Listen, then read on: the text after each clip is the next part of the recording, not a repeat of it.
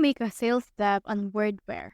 In order to do that, let's first head over and then make sure that you have signed up.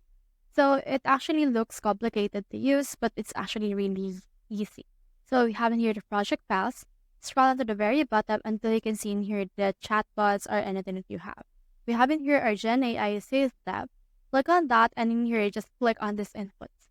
Click on this add right here, and then put in here a new input that you want to use as well.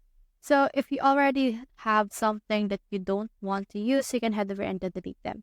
But for this one, you can click on this name and company option right here, and then you can head over and then just choose in here the name and company input you have. So you can also click on this right here in order to put in here the input set. So we have in here the name and company. So for example, let's change the name into our name right here. And for this one, let's put in here the CEO of something something. For example, let's say that we are a CEO of Glue Factory. And then we have in here this one. Now click on this run right here, but you can also just put in here a new input. Like for example, let's say something like sales step. Click on run. And then this will run this right here with the web search with Exa.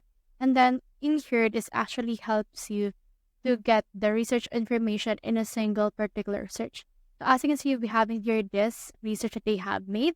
So we can head over and then use it onto our sales presentation. We can use it onto our website as well. So that's how you make a sales tab on Wordware. Hope we helped.